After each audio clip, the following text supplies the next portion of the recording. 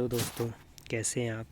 तो आज मैं बहुत दिनों बाद ITITO की वीडियो लेके आ रहा हूँ, क्योंकि काफ़ी दिनों से बच्चे परेशान हो रहे हैं। 2 महीने से ज़्यादा का समय हो चुका है, लेकिन रिज़ल्ट का कुछ अता पता नहीं है। जैसा कि आप सभी को पता है, अभी पिछले हफ्ते और इस हफ्ते मतलब अभी जो लास्ट हफ्ता जो गया है, ये तो कल से तो नया वीक चालू हो गया है। इसके लास्ट वीक और लास्ट वीक तो हमारे 2 रिज़ल्ट आ गए हैं। जो सबसे पहले हमारा रिज़ल्ट आया, सब इंजीनियर का आया, सब इंजीनियर का रिज़ल्ट आया। उसके बाद जो हमारा रिज़ल्ट आया है लास्ट वीक, जो रिज़ल्ट आया है वो फॉरेस्ट का रिज़ल्ट आया है। तो मतलब हमारे 2 रिज़ल्ट आउट हो चुके हैं। अब जिनके आने की कोई उम्मीद नहीं थी, सब इंजीनियर का तो चल रहा था काफ़ी टाइम से कि ये आने वाला है, बट अभी ये ऐसी उम्मीद नहीं थी कि सबसे पहले इसी का रिज़ल्ट दे देंगे। और उसके बाद फॉरेस्ट में जैसा कि बताया जा रहा था, कुछ समस्याएं आ गई हैं जिस वजह से रिज़ल्ट को रोका जा रहा है, लेकिन लास्ट वीक उसका भी रिज़ल्ट जारी कर दिया गया है।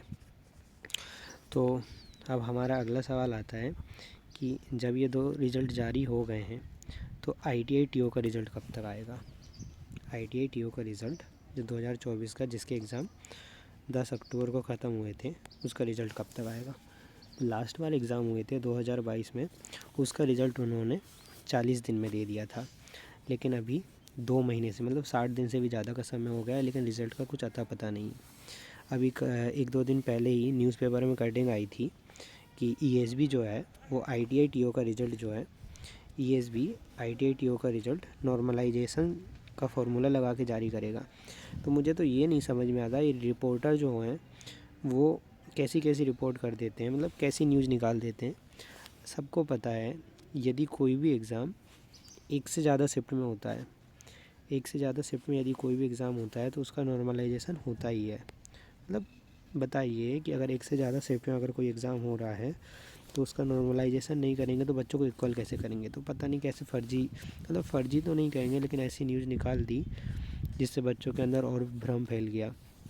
ये केवल और केवल मतलब सेंसेशन बनाने के लिए मार्केट में ये न्यूज़ फैलाई गई थी, क्योंकि ITI-TO का रिज़ल्ट आप सभी को पता है, कुछ ही ट्रेड ऐसी हैं जिनका एग्ज़ाम एक शिफ्ट में हुआ है, बाकी अधिकांश ट्रेडों का जो एग्ज़ाम है वो एक से ज़्यादा शिफ्ट में हुआ है, जिसमें कोपा और इलेक्ट्रीशियन का सबसे ज़्यादा शिफ्ट में एग्ज़ाम हुआ है। ठीक है, वहीं अगर मैं बात करूं कि कट ऑफ की, देखिए काफ़ी बच्चे इस चीज़ से घबरा रहे हैं कि कमेंट बॉक्स में लोग इतने ज़्यादा नंबर बता रहे हैं तो कट ऑफ बहुत हाई जाने के चांसेस हैं और जाएगा ही हाई। काफ़ी लोग तो ये मान के बैठ चुके हैं कि हर ट्रेड का कट ऑफ जो है वो 80+ ही जाएगा। तो काफ़ी लोग, पता है, जो बच्चे कमेंट बॉक्स में हर कुछ मार्क्स बता रहे हैं, उसके पीछे की सबसे बड़ी वजह यह है कि वो सारे बच्चे मान चुके हैं कि कट ऑफ हर ट्रेड का जो है वो 80+ ही जाएगा, जबकि ऐसा नहीं होता है। 80 मार्क्स लाना एक ऐसे पेपर में जिसमें 2 पोर्शन हो, 75 का टेक्निकल और 25 का अदर पोर्शन, और 25 में भी 5 सब्जेक्ट हो, तो ये संभव ही नहीं है कि मेजॉरिटी में बच्चों के 80 से 90 के बीच में मार्क्स आ जाएं। ऐसा हो ही नहीं सकता। वहीं अगर मैं क्यों कह रहा हूँ कि 80+ कट ऑफ इलेक्ट्रीशियन और कोपा को छोड़ के बाकी किसी ट्रेड का जाने की संभावना नहीं है, उसके पीछे की वजह ये है कि जैसा कि आपने लास्ट के ये 2 रिज़ल्ट देखे होंगे, एक सब इंजीनियर का देखा होगा, दूसरा फॉरेस्ट का देखा होगा। ठीक है, उनका रिज़ल्ट आया, सब इंजीनियर में तो कम बच्चे अपियर हुए होते, लेकिन फॉरेस्ट का जो एग्ज़ाम हुआ था, फॉरेस्ट और जेल प्रेरी का, उसमें काफ़ी ज़्यादा बच्चे अपियर हुए थे। और फॉरेस्ट और जेल प्रेरी का जो एग्ज़ाम है वो जनरल कंपटीशन के अंतर्गत आता है, क्योंकि वहाँ पे कुछ स्पेसिफिक क्वालिफ़िकेशन नहीं मांगी जाती है और ना ही कुछ टेक्निकल सब्जेक्ट आते हैं। केवल 5 सब्जेक्ट पूछे गए थे, जो कि जनरल कंपटीशन वाला हर बच्चा पढ़ रहा है। ठीक है, तो मैथ, रीजनिंग, जीके जो होता है, साइंस और हिंदी, वो हर एग्ज़ाम के लिए कॉमन होती है। ये नहीं कि इस एग्ज़ाम में मैथ अलग आ जाएगा, दूसरे एग्ज़ाम में मैथ अलग आ जाएगा। मतलब जनरल कंपटीशन जो वनडे एग्ज़ाम होता है, मैक्सिमम जो पोर्शन होता है वो हर एग्ज़ाम में सेम होता है। ठीक है, तो फॉरेस्ट में इतने ज़्यादा बच्चे बैठे हुए थे, मतलब लगभग 10 लाख के अराउंड फॉर्म डले थे, और इससे आधे मतलब 5 लाख के समथिंग बच्चे अपियर हुए थे एग्ज़ाम में। ठीक है, उसके बाद भी जो कट ऑफ है वो बहुत ही कम डिस्ट्रिक्ट ऐसे हैं जिनकी कट ऑफ 80 टच की है। नहीं तो जो कट ऑफ हमारी रही है वो 70 से 75 के बीच पे। आप मेरी बातों पे यकीन नहीं करेंगे तो आप खुद कट ऑफ की PDF खोल के देख लीजिए कि जो फॉरेस्ट और जेल प्रेरी की जो कट ऑफ है वो अधिकांश जिलों की कितनी रही है, वो 70 से 75 के बीच में रही है।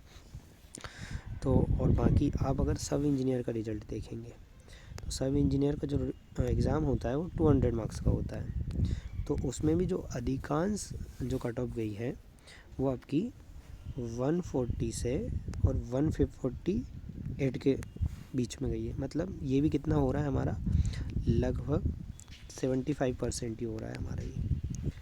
तो आप देख पा रहे हैं कि दो रिज़ल्ट आपने देखे हैं और दोनों रिज़ल्ट की जो कट ऑफ है वो 75% के आसपास रही है, ठीक है। वहीं अगर मैं बात करूं कि जो ITI वाला जो है ITI TO 2024 का जो रिज़ल्ट आने वाला है उसकी कट ऑफ क्या रह सकती है। जैसा कि आप लोग इस चीज़ से टेंशन में है कि जो कमेंट बॉक्स है, कमेंट बॉक्स में काफ़ी लोग क्या कर रहे हैं कि एक से ज़्यादा ट्रेड में 75 प्लस मार्क्स बता रहे हैं। तो आप खुद सोचिए कि 40 डेज़ में 40 दिन का समय मिला था आपको एग्ज़ाम की तैयारी करने के लिए। 40 दिन में 2-2 साल की 3 ट्रेड कैसे तैयार की जा सकती। 2-2 साल की 3 ट्रेड छोड़ो, 1 साल की 2 ट्रेड और 1-2 साल की ट्रेड, मतलब काफ़ी बच्चे बता रहे हैं फिटर में मार्क्स बता रहे हैं और वेल्डर में बता रहे हैं, MMB में बता रहे हैं, ठीक है। MMB वेल्डर मान लीजिए 1 साल की ट्रेड है, बाकी फिटर तो 2 साल की ट्रेड है ना। तो कैसे संभव है कि बच्चे 40 दिन में 3 ट्रेड का सिलेबस कंप्लीट करके उसके MCQ लगा लें, सब कुछ कर लें, ठीक है। तो आप इस चीज़ से निश्चिंत रहिए, कट ऑफ हाई जाएगा। कट ऑफ हाई इसलिए नहीं जाएगा, एक तो हमारे सबसे बड़ा एग्जांपल फॉरेस्ट का है। जो फॉरेस्ट में जनरल कंपटीशन था, आप 101 वाले बच्चे को भूल जाइए, ठीक है। हम सिलेक्शन की बात कर रहे हैं कि हमारा कट ऑफ कितना जाएगा, हमारा सिलेक्शन होना चाहिए, ठीक है। उसी चीज़ फॉरेस्ट का जो कट ऑफ है वो अधिकांश जिलों का 70 से 75 के बीच में गया। मैं सभी कैटेगरी की बात कर रहा हूँ, 75 पे तो UR वाले तक सिमट गए हैं, ठीक है। तो ये देखिए जनरल कंपटीशन होते हुए भी कट ऑफ आपका 75 पे रुक जा रहा है। और इसमें तो आपका 75 मार्क्स का तो टेक्निकल ही था, और टेक्निकल ऐसा वैसा नहीं पूछा गया था। 2016 में जो TO को एग्ज़ाम हुआ था उसे तो आप भूल ही जाइए कि उसका पैटर्न भी अलग था और लेवल भी अलग था। लेकिन 2022 वाले से हम इसका कंपैरिजन कर सकते हैं। तो 2022 वाला भी जो हमारा एग्ज़ाम था उसमें टेक्निकल या नॉन टेक दोनों का अगर हम 2024 के एग्ज़ाम से कंपेयर करें तो वो डेफिनेट, मतलब मैं ऐसे हवाई बात नहीं कर रहा हूँ, मैंने खुद एग्ज़ाम दिया है। तो इसी से आपने एग्ज़ाम दिया तो आप खुद कंपैरिजन कर ही सकते हैं कि 22 वाला जो एग्ज़ाम का टेक्निकल और नॉन टेक था और 24 वाले का जो टेक्निकल और नॉन टेक था, दोनों के लेवल में काफ़ी अंतर था, ठीक है। तो इसका भी डेफिनेटली आपके कट ऑफ पे असर पड़ेगा, ठीक है। तो मैंने जो अपनी प्रीवियस वीडियोस में जो कट ऑफ बताई है हर ट्रेड की, तो जो कट ऑफ जो है हर ट्रेड की, मतलब मैं मोस्टली वेल्डर ट्रेड पे फोकस कर रहा हूँ। वेल्डर ट्रेड पे इसलिए फोकस कर रहा हूँ, वो एग्ज़ाम मैंने दिया हुआ है। जब एग्ज़ाम दिया हो तो मुझे एग्ज़ाम का लेवल, बच्चे कैसे अपीयर हुए थे और कितने मार्क्स उन लोगों ने गेन किए हैं, सब मुझे पता है, ठीक है। तो वेल्डर के कट ऑफ मैं प्रीवियस अपनी कई वीडियोज़ में बता चुका हूँ। यदि आपके 75 76 नॉर्मलाइज्ड स्कोर की बात कर रहा हूँ मैं, रॉ मार्क्स की बात नहीं कर रहा हूँ। 75 76 यदि आपका नॉर्मलाइज्ड स्कोर हो जाता है, आप भले ही किसी भी शिफ्ट से हों, किसी भी कैटेगरी से हों, तो आपका सिलेक्शन कोई नहीं रोक सकता। मैं UR मेल के तक सिलेक्शन की बात कर रहा हूँ। यदि मतलब देखिए कुछ अनहोनी हो जाए तो मैं ये नहीं कह सकता, लेकिन आपके सिलेक्शन की पूरी संभावना है, क्योंकि हमारे पास प्रीवियस 2 रिज़ल्ट्स हैं। जब वो 2 रिज़ल्ट्स को देख के हम ये अंदाज़ा लगा सकते हैं कट ऑफ इतने स्टूडेंट और इतने शार्प स्टूडेंट बैठने के बाद भी कट ऑफ ज़्यादा हाई नहीं जा रही और वैकेंसीज़ कम थी। लेकिन ITI TO में तो काफ़ी वैकेंसी है, सबसे ज़्यादा वेल्डर ट्रेड के तहत ही 82 वैकेंसी है। जब 82 वैकेंसी है, बच्चे लगभग 8 से 9 हज़ार बच्चे ही अपीयर हुए होंगे, क्योंकि 11,000 समथिंग कुछ फॉर्म डाले थे और 70% बच्चे ही प्रेजेंट रहे होंगे, ठीक है। तो 82 वैकेंसी होने के बाद भी जो कट ऑफ जो है, मैंने जो प्रीवियस कई वीडियोस में बताया है कि 75 के आसपास रहने की पूरी संभावना है। बाकी आपका रिज़ल्ट कब तक आ सकता है, आपके 2 रिज़ल्ट तो जारी हो चुके हैं।